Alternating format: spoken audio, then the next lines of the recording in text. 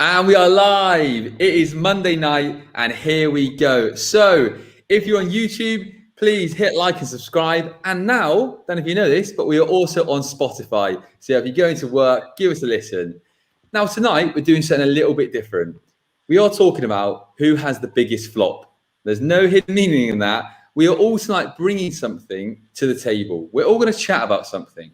We're all going to bring what we think our Premier League flop is this season, and we're going to say agree or disagree. Now, Danny and Louis, I'm delighted to be joined by you again. I have no idea what Danny and Louis' flop are, but we will find out as we go. Boys, I hope you're well. Louis, I'll start with you. I'm going to start with your flop this week. Let's get straight into it.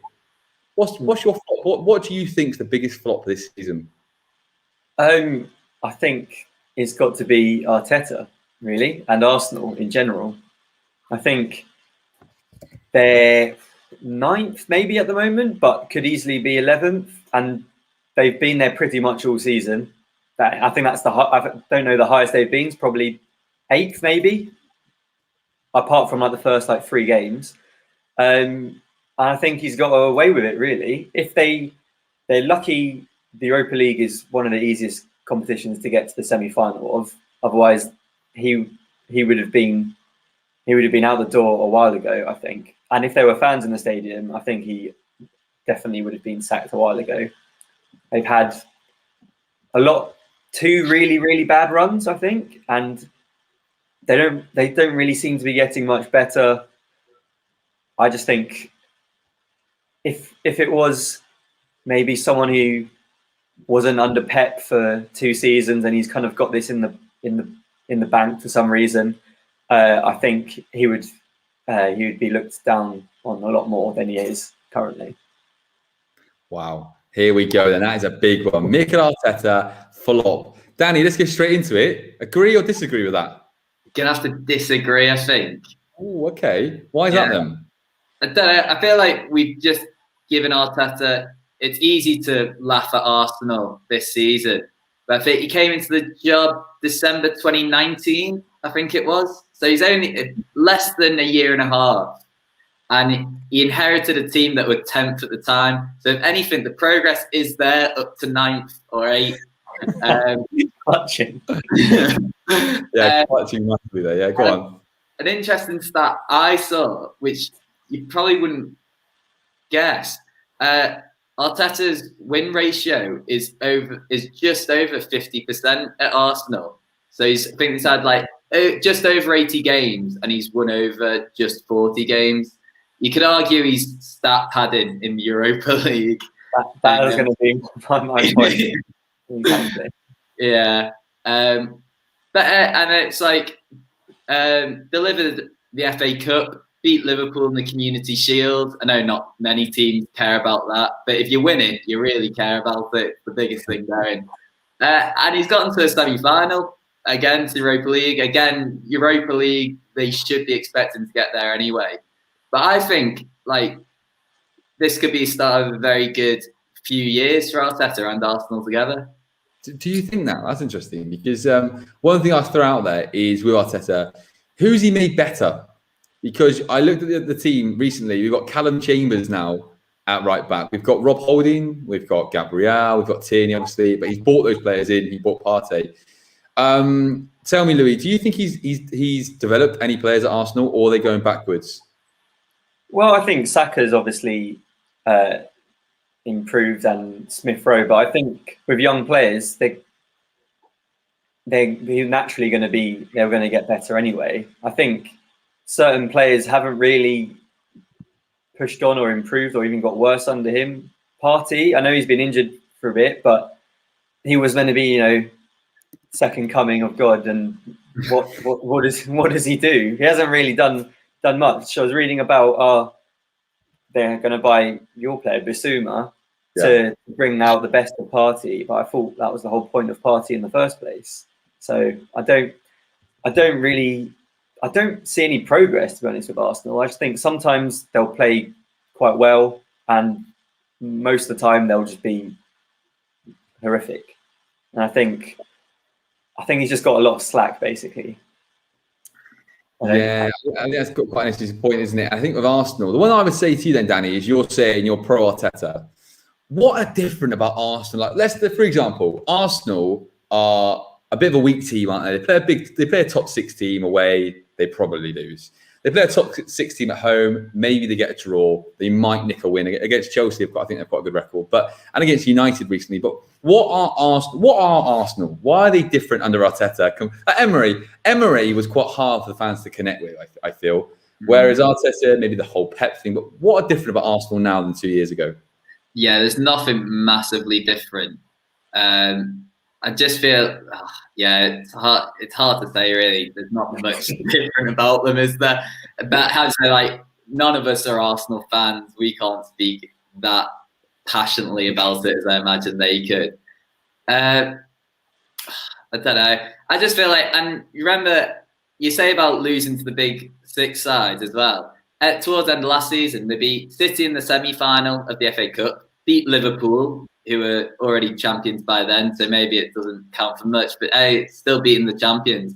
And then they beat Chelsea in the final as well. So that's 3 scalps right there.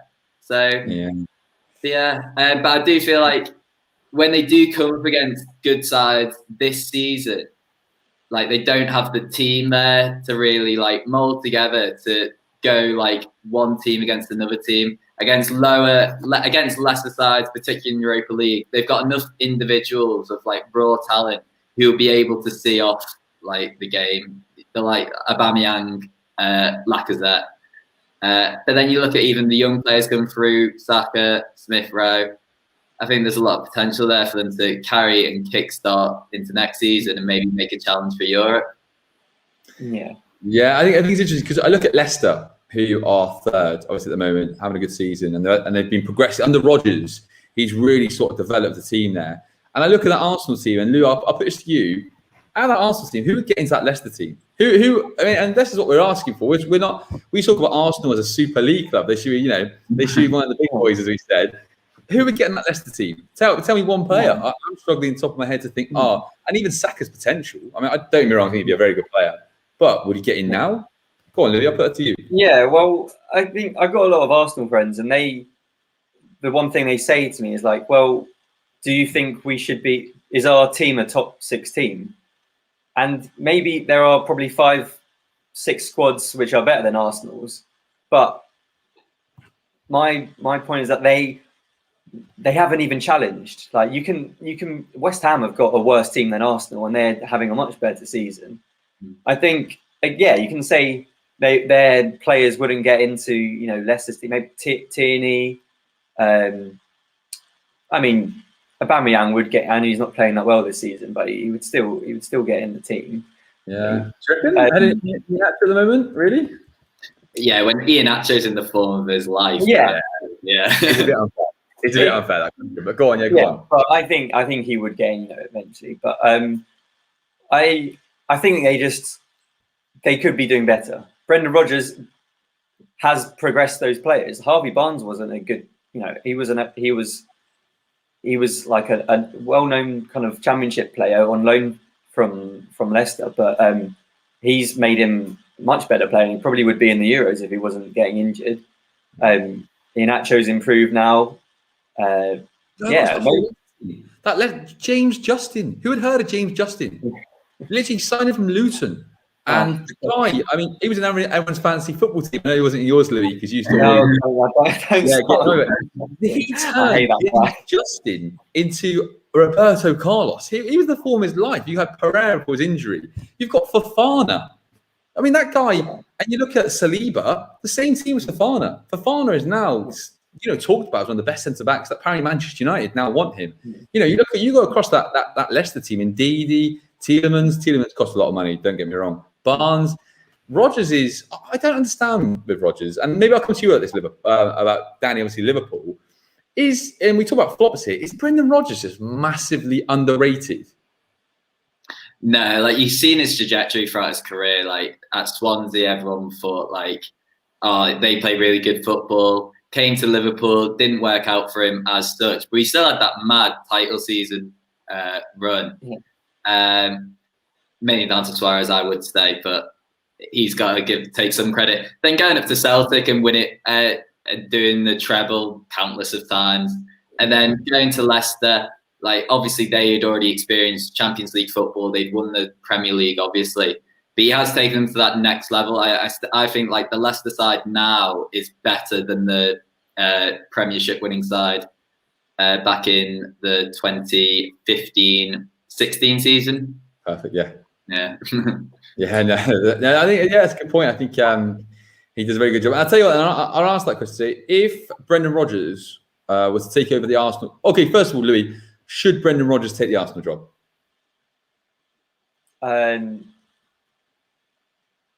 Yes. Yeah. Yes. Okay. Why? Because Arsenal are a bigger club than Leicester. And Leicester are overachieving at the moment. Why are Arsenal a bigger club than Leicester? Just they can attract better players. They can pay. This is what people keep saying. Why they've got a bigger stadium? Yes, but I looked at revenue from worldwide. Leicester have got a good following now in Asia, in particular. Their revenue is pretty even. You know, they've got a good manager. They've got a very nice stadium, the King Power. Yes, Arsenal were brilliant 10 years ago. Maybe are we saying now? Yeah, I mean, Arsenal is the names at the moment. You can't, you say Leicester, but if I was Brendan Rodgers, I wouldn't be going near the Arsenal-Tottenham job. I wouldn't go near it. Well, for me, it depends if they get Champions League football. And I think they could possibly bottle it again. Maybe not as much as they did last year, but there are teams creeping up on them. They've got a hard end of the season again. Really, yeah. Chelsea and Leicester, hard games. Danny, I'll ask you the same question then. And then we'll go to the next flop. If you're Brendan Rodgers, would you take the Arsenal job? I just feel bad that my mum's from Leicester and a lot of our season ticket holders there, and they get quite wound up about Brendan Rodgers being linked with sort of any job that comes up, really, just because he's at Leicester. It's like, surely he wants something better than Leicester. But no, I think he's like setting up a project here. Well, not here, at Leicester.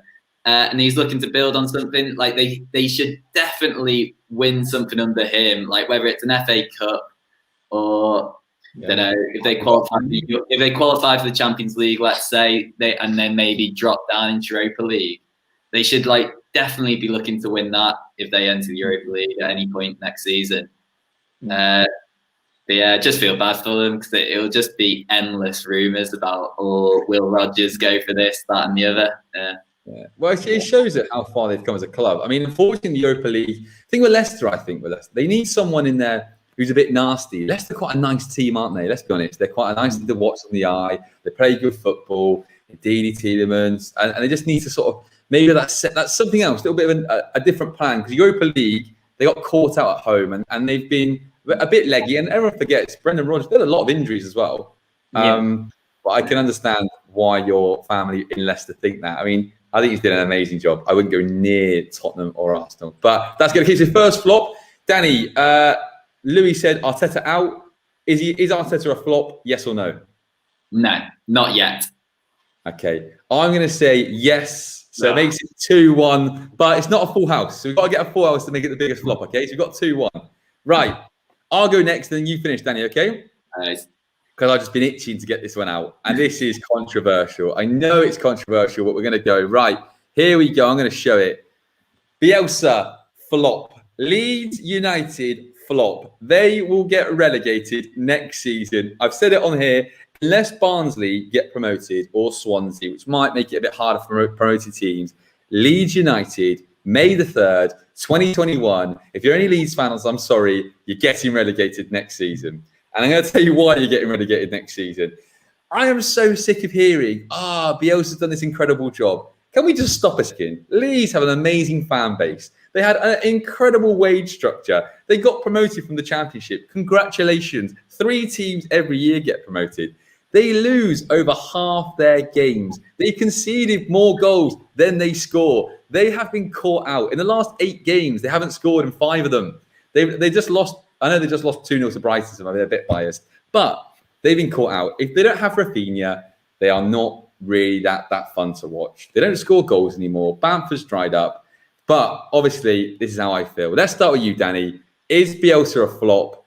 And are they getting relegated next season? Well, firstly, that is some way to try and get subscribers, Tom. I think I'll lose subscribers saying that. The Leeds fans look right. Done.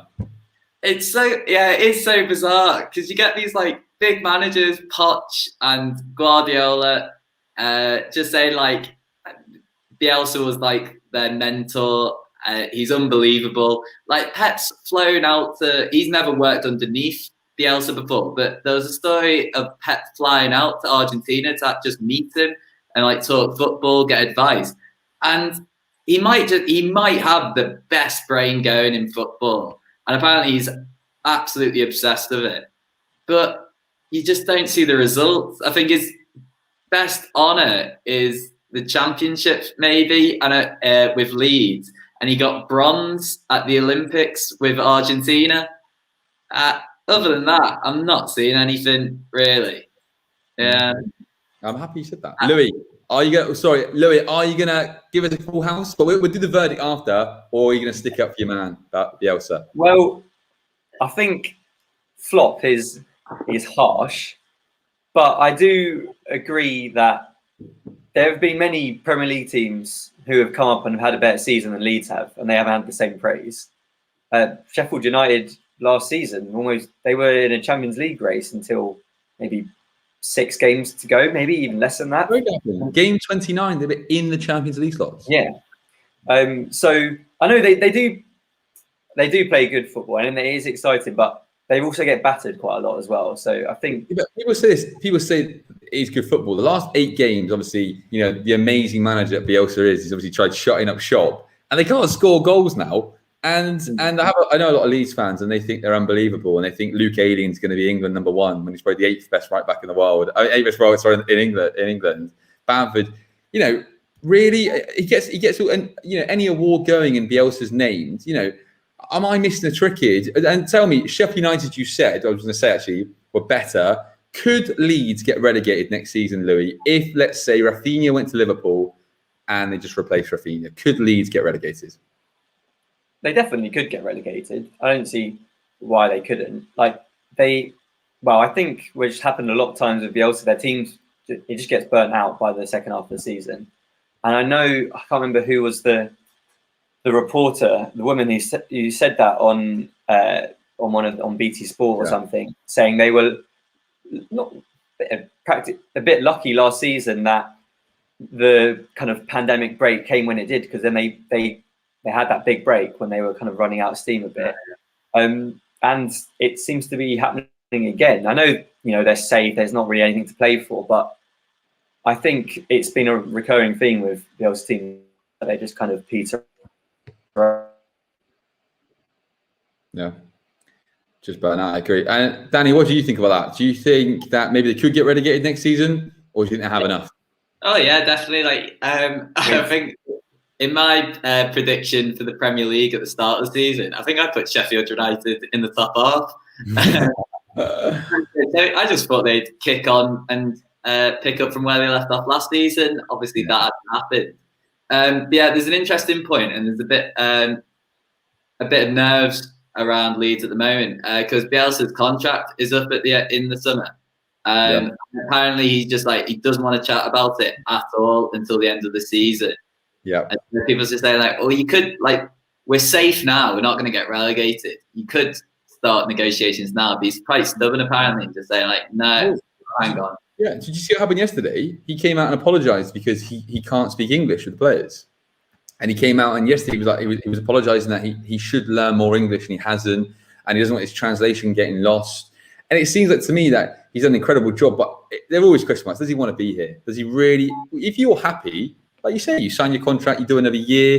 There are a lot of rumours that he might not have done this year in the Premier League.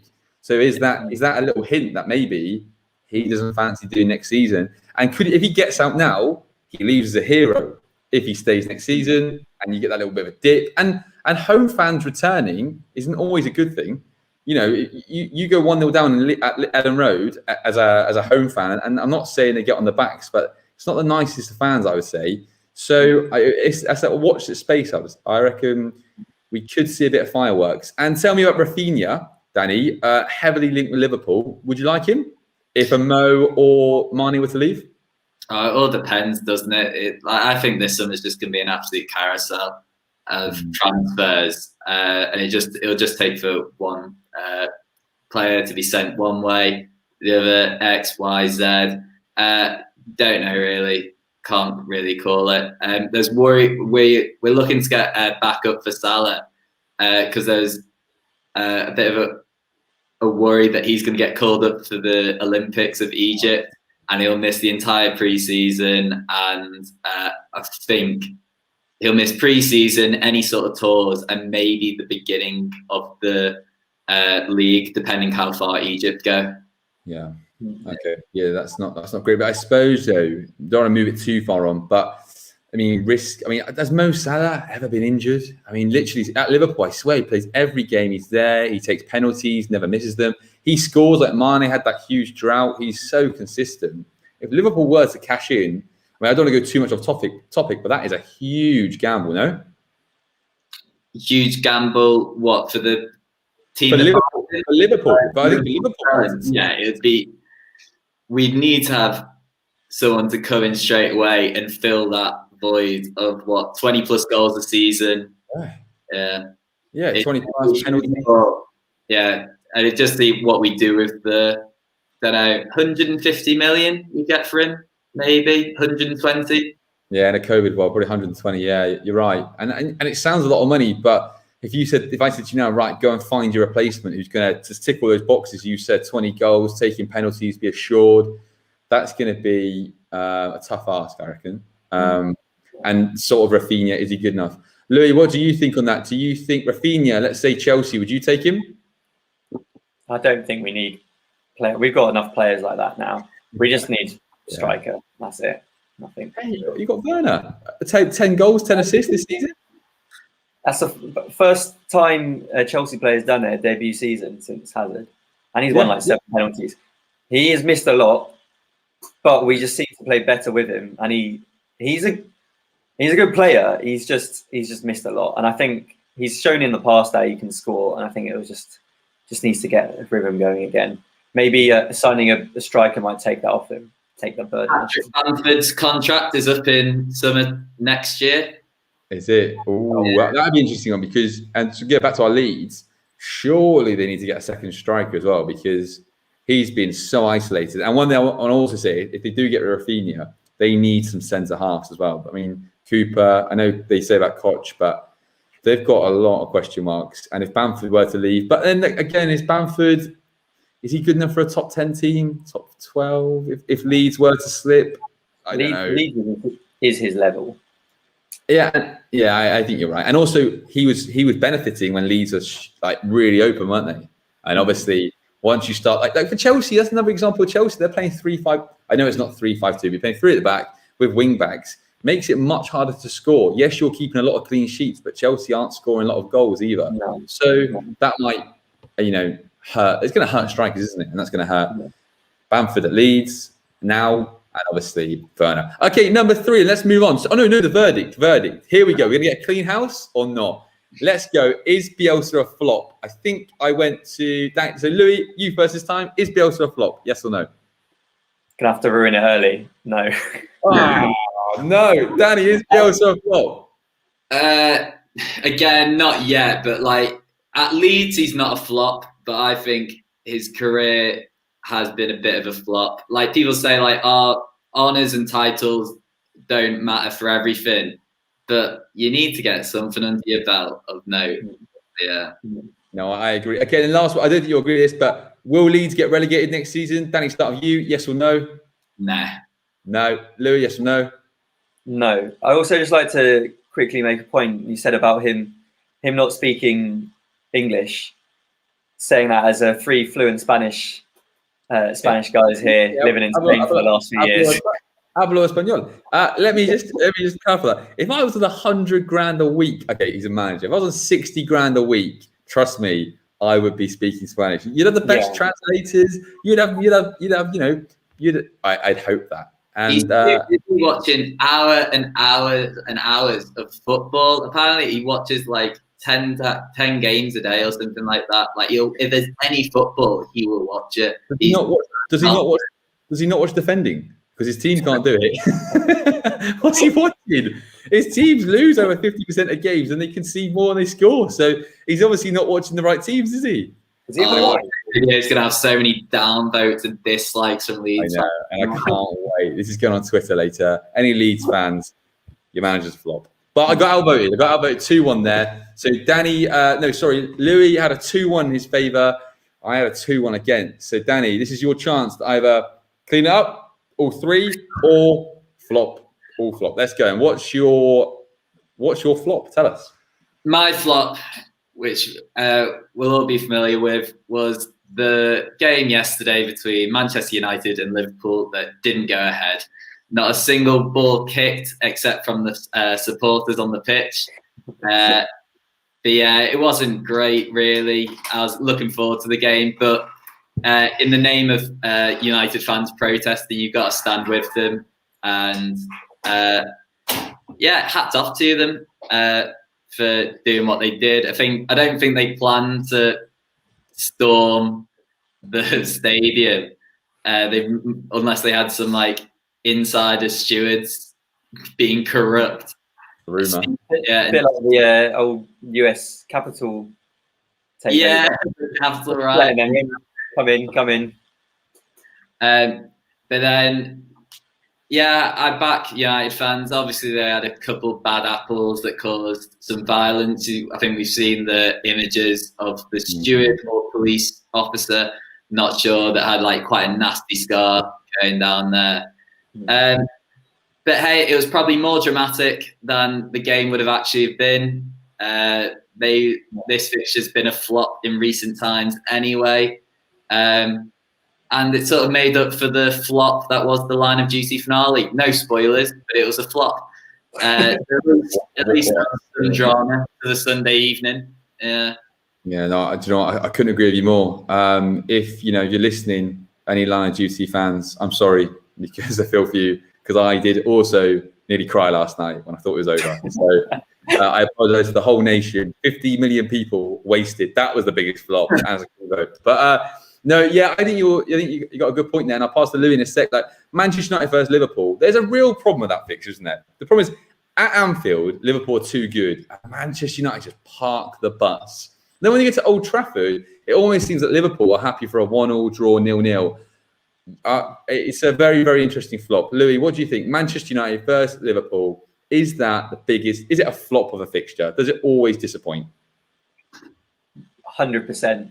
I think it is the most hyped game. I can't remember a good Man United Liverpool game for honestly 10 years.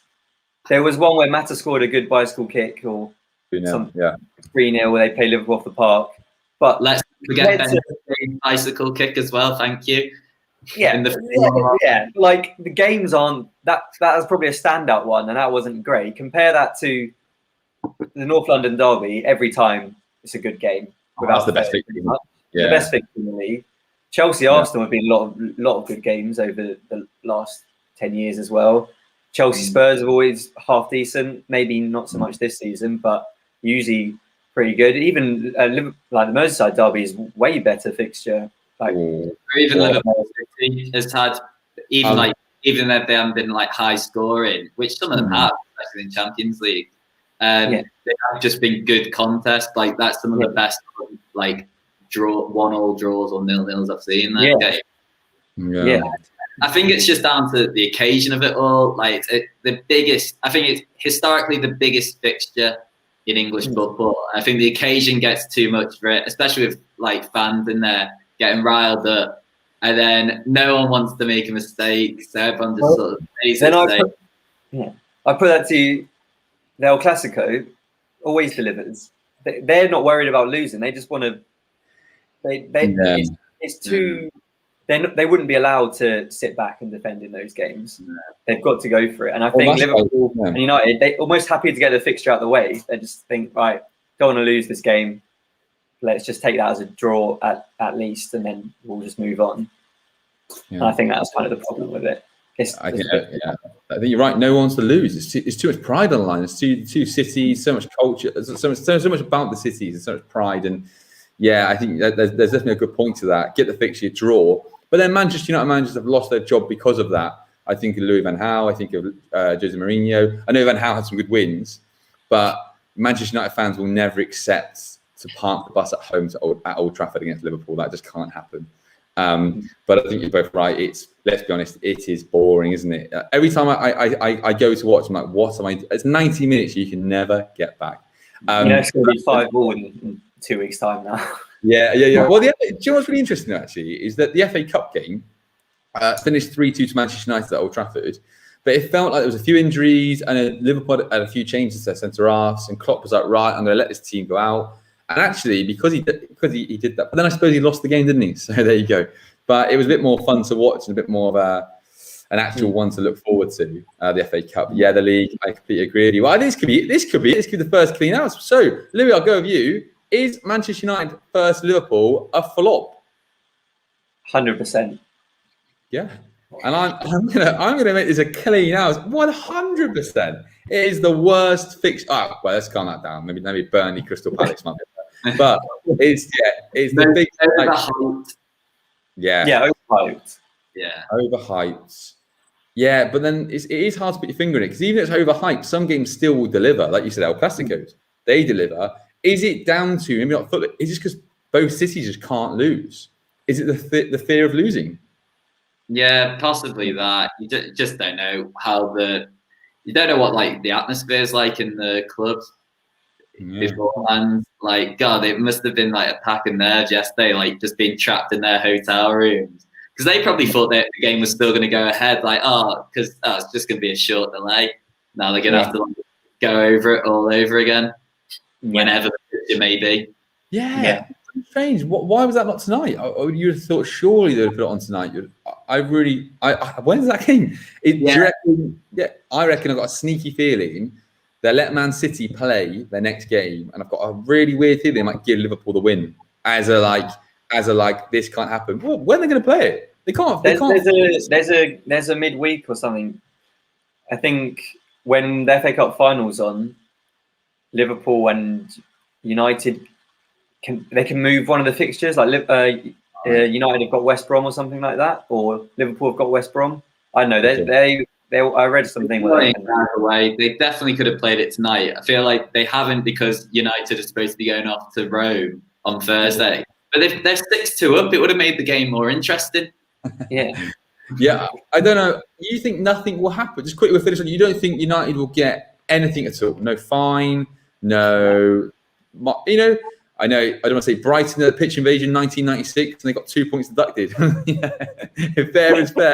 No, but I'd be very surprised if they're going to let fans of a club not only cancel the most hyped and biggest flop we just said, and also injure staff, and you think they're going to get a slap on the wrist. I'd be very surprised they're not made an example of. I'm not saying they're deducted, but other clubs will see that and go, whoa, there's no ramifications. So we're the same? Be very surprised.